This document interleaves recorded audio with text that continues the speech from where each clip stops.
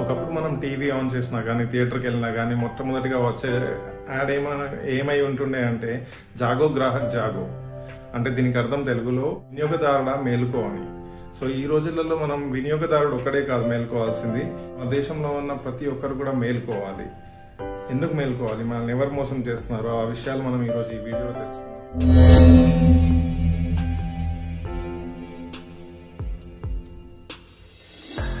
అసలు మనం మేల్కోవడానికి మనల్ని ఎవరు మోసం చేస్తున్నారు ఆ విషయాలనే మనం ఈరోజు తెలుసుకోబోతున్నాము. దానికన్నా ముందు అసలు మీకు ఒక విషయం చెప్పాలి. జీడిపి అంటే గ్రాస్ డొమెస్టిక్ ప్రోడక్ట్. దాన్ని తెలుగులో ఏమంటారంటే స్థూల దేశీయోత్పత్తి. అంటే సింపుల్గా మీకు సింపుల్ వర్డ్స్లో చెప్పాలి అంటే మన దేశంలో ఏదైనా ప్రోడక్ట్ తయారయ్యి ఈ సంవత్సరంలోనే దాని సేల్ కూడా అయిపోయి, ఒక ప్రోడక్ట్ అని కాదు ఏదైనా సర్వీస్ అయినా కూడా మన ఇండియాలోనే మ్యానుఫ్యాక్చర్ అయిన సర్వీస్, ఇండియాలోనే చేసే సర్వీస్ కానీ ఇండియాలోనే తయారైన ప్రోడక్ట్ గురించి దాని సేల్ ఈ సంవత్సరంలోనే జరిగితే ఎంతైతే ఆ సేల్ జరిగిందో, ఎంతైతే ఆ సర్వీస్కి మనకు డబ్బులు వచ్చినాయో దాన్ని అంతా కలిపితే ఒక జీడిపి లాగా క్యాలిక్యులేట్ చేస్తారనమాట. అంటే మన దేశానికి సంబంధించిన జీడిపి. సో ఇప్పుడు ప్రెసెంట్గా మన జీడిపి వచ్చేసి $4 ట్రిలియన్ ఉంది. సో మనం ఎక్కడ మోసపోతున్నాం, ఎవరి మాటలతో మోసపోతున్నాం అనేది మీకు చెప్తాను. దేశంలోని ఆర్థిక పరిస్థితి ఇప్పుడు $4 ట్రిలియన్ వచ్చింది అంటే దీనికి ఇప్పుడు గవర్నమెంట్ చెప్తున్న విషయం ఏంటి అంటే మేము చేయడం వల్లనే ఈ 10 yearsలోనే మేము ఇంత గొప్పగా చేసాము, $4 ట్రిలియన్ మనం 4th ప్లేస్కి తీసుకొచ్చాము మన కంట్రీని అని చెప్పేసి చెప్తున్నారు. బట్ మీకు ఫ్యాక్ట్ చెక్ చేయాలి. మీరు గూగుల్లో కూడా సెర్చ్ చేసుకోవచ్చు, మీకు ఫ్యాక్ట్ చెక్ చేసుకోండి. సో ఇది కేవలం మీరు మోసపోవడానికి జస్ట్ మాటలు. ఇప్పుడు సోషల్ మీడియా వచ్చింది కాబట్టి మీకు అన్నీ తెలుస్తున్నాయి కాబట్టి మీరు వాళ్ళ మాటలు నమ్ముతున్నారు కాబట్టి మీకు వాళ్ళే చేసినట్టుగా చూపిస్తున్నారు. దేశము ఒకటేసారిగా ఆర్థికంగా ఏం బాగుపడలేదు. దేశం ఒక్కొక్క మెట్టు ఎక్కుతూ ఈ స్థాయికి వచ్చింది. నిజం చెప్పాలంటే 2014 నుండి 2024 వరకు మన జీడిపి $2 ట్రిలియన్ నుండి $4 ట్రిలియన్ పెరిగింది. అంటే జస్ట్ 100% గ్రోత్. 100% గ్రోత్ అనేది it is not a small thing, it is a very big thing. But మీరందరూ గుర్తుపెట్టుకోవాల్సిన విషయం ఏంటి అంటే దానికన్నా ముందు ఏదైతే 2004 నుండి 2014 వరకు ఉందో అప్పుడు 182% గ్రోత్ ఉండే జీడిపిలో. అంటే సంథింగ్ అరౌండ్ 0.700 ట్రిలియన్ నుండి 2 ట్రిలియన్ దాకా వచ్చింది. అంటే 182% గ్రోత్ ఉండే. సో ఈ గ్రోత్ ఏం హైయెస్ట్ గ్రోత్ కాదు. 2014 నుండి 24 వరకు జరిగిన గ్రోత్ ఏదైతే 100%, బట్ దానికన్నా ముందు 10 yearsలో వచ్చిన గ్రోత్ మనకి 182%. ఏదైతే మన్మోహన్ సింగ్ టైంలో వచ్చిందో.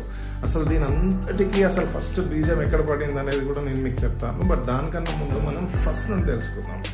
1947 నుండి మన జీడిపి క్యాలిక్యులేషన్, మన జీడిపి ఎంత ఉండే, మన దేశం ఎప్పుడెప్పుడు ఎదుర్కొంటూ వచ్చింది, అసలు ఎప్పుడు కంప్లీట్గా లాస్లోకి వెళ్ళిపోయింది అనేది నేను మీకు వివరంగా చెప్తాను. ఫస్ట్ ఆఫ్ ఆల్ మనం చూసుకుంటే 1947లో మన జీడిపి వచ్చేసి 0.027 ట్రిలియన్ ఉండే.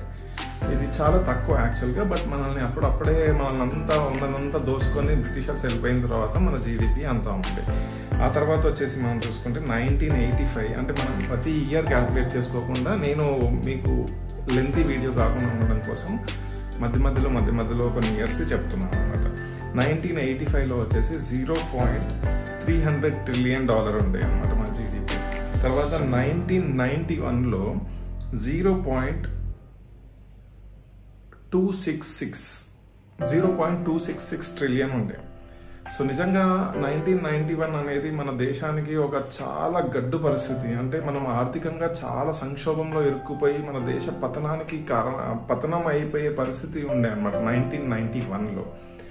ఆ టైంలో వచ్చేసి అప్పుడే పివి నరసింహారావు గారు ప్రైమ్ మినిస్టర్గా బాధ్యతలు తీసుకున్నారు. అండ్ మన్మోహన్ సింగ్ వచ్చేసి మన ఫినాన్స్ మినిస్టర్గా చేశారు.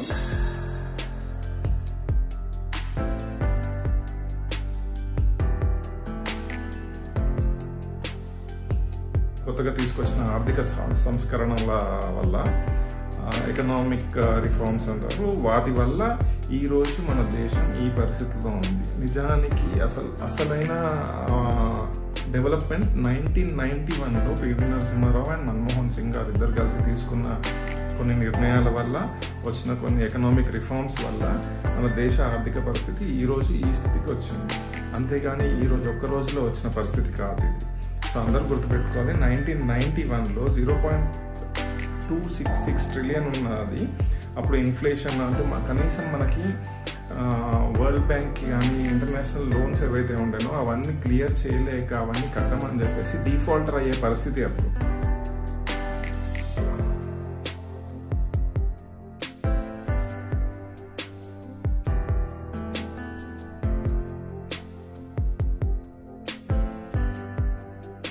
ఇట్లాంటి టైంలో ఆర్థిక సంస్కరణలు తీసుకొచ్చేసి పివి నరసింహారావు అండ్ మన్మోహన్ సింగ్ గారు యాక్చువల్గా దేశానికి చాలా గొప్ప స్థితిని తీసుకురావడానికి ప్రయత్నం చేశారు. అంతేకాదు వాళ్ళు చేసిన ప్రయత్నం వృధా కూడా పోలేదు. అప్పుడు వాళ్ళు చేసిన పని వల్లనే మన దేశం ఈరోజు కొంచెం ఆర్థికంగా బాగుపడింది. లేదంటే అప్పుడే ఆ రోజే మన దేశం కంప్లీట్గా కొలాప్స్ అయిపోయేది.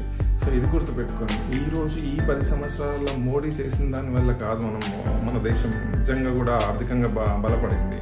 1991లో యాక్చువల్గా తీసుకున్న నిర్ణయాల వల్ల ఈరోజు మన దేశం ఇంత ఆర్థికంగా బలపడింది అంతే. ఇంకా 2004 to 2014 కూడా మన్మోహన్ సింగ్ గారు తీసుకున్న నిర్ణయాలు, మన్మోహన్ సింగ్ అంటే 91 నుండి కూడా గ్రోత్ వచ్చుకుంటూ వచ్చింది. 2004 to 2014 చాలా ఎక్కువ గ్రోత్ ఉండే అన్నమాట. సో అంతే, దానికన్నా ఇప్పుడు 2014 to 2024 గ్రోత్ చాలా తక్కువనే దాంతో పోలిస్తే. ఇది మంచి గ్రోత్, యాక్చువల్గా 100% గ్రోత్ అనేది చాలా మంచి గ్రోత్. $4 trillion అనేది చాలా, it's a very good growth. 2 trillion నుండి $4 trillion వరకు వచ్చిన గ్రోత్ చాలా మంచి గ్రోత్. బట్ మీరందరూ ఏంటంటే వీళ్ళ మాటలు, ఇప్పుడు ఎవరైతే ఈ మోడీ మీడియా ఉంటుంది కదా, మోడీ భక్తులు, అంధభక్తులు ఉంటారు, వాళ్ళందరి మాటలు నమ్మేసి వీళ్ళకి ఏంటంటే ఇప్పుడు సోషల్ మీడియా ఉంది, వాళ్ళందరూ సోషల్ మీడియా మీద ఎగబడతా ఉంటారు. ఇంకా సోషల్ మీడియా మీద ఎగబడి వాళ్ళు చెప్పిందే మీ చెవులలో వేస్తూ ఉంటారు అనమాట. నేను అందుకే చెప్తాను, రివ్యూస్ లేకపోతే వేరే వాళ్ళు చెప్పిన మాటలు ఇవన్నీ నమ్మడం కన్నా మీరు గూగుల్ చేసి చూసుకోండి. వాస్తవాలని గూగుల్ చేస్తే మీకు నిజాలు తెలిసిపోతాయి. అంతేగాని మీకు ఎవరో చెప్పిన మాటలు, ఇప్పుడు ఏంటంటే సోషల్ మీడియాని మొత్తము వాళ్ళ చేతుల్లో పెట్టేసుకున్నారు. వాళ్ళ చేతుల్లో పెట్టి వాళ్ళు మనకి ఏది చెప్పాలనుకుంటున్నారో అవి మన దగ్గర దాకా వస్తున్నాయి. కాబట్టి మనం అదే నమ్ముతున్నాం.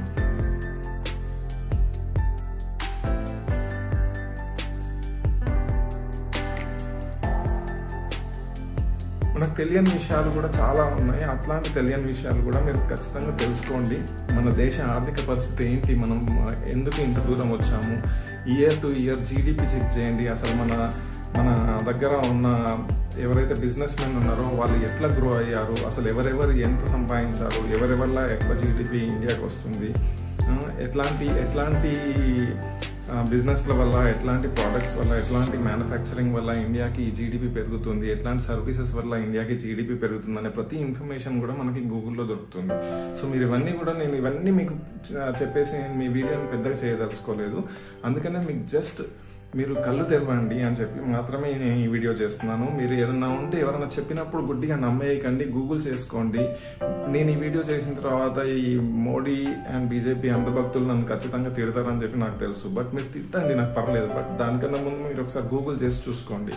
గూగుల్లో నేను చెప్పినవన్నీ అబద్ధమని ఎక్కడన్నా తేలినా కూడా మీరు నాకు కమెంట్ చేసి మీరు ఇష్టం వచ్చినట్టు తిట్టండి.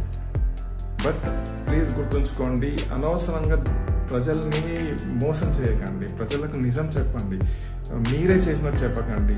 ఈ గ్రోత్ అనేది ముందు నుండి కూడా ఉంది. It is not only BJP అనేది ఏంటంటే ఇట్ ఈస్ ట్రైయింగ్ టు వాళ్ళే అన్నీ చేసిందని చెప్పుకునే ప్రయత్నం చేస్తుంది. ఎందుకంటే వాళ్ళ స్ట్రాటజీ అలా ఉంటుంది. ఏదైనా కూడా జనాలని ఇట్లా నమ్మించి ఓట్లు లాక్కుంటారు వాళ్ళ స్ట్రాటజీ అంతే అది. బీజేపీని నమ్మొద్దని నేను చెప్పను. నేనే పార్టీకి అనుకూలం కాదు. ఐ హేట్ ఈవెన్ కాంగ్రెస్ కూడా. బట్ ఏంటంటే నా దృష్టిలో మాత్రం అట్లీస్ట్ ఒక థర్డ్ పార్టీ ఉండాలి. కాంగ్రెస్ అండ్ బీజేపీ కన్నా ఇంకో థర్డ్ పార్టీ ఉంటే బాగుంటుంది అనిపిస్తుంది. బట్ అట్లీస్ట్ నాకు బీజేపీ కన్నా కాంగ్రెస్ కొంచెం బెటర్ అయితే అనిపిస్తుంది. ఎందుకంటే బీజేపీ అంత మతాన్ని డివైడ్ అండ్ రూల్, మన బ్రిటిషర్స్ ఎట్లయితే చేశారో divide and rule, same BJP కూడా అట్లనే డివైడ్ అండ్ రూల్ లాగా చేస్తుంది. కాబట్టి ఐ డోంట్ లైక్ ఇట్.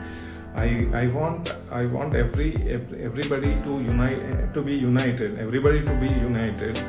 అంతేగాని ఇట్లా డివైడ్ అండ్ రూల్ చేయడం నాకు అసలే నచ్చదు.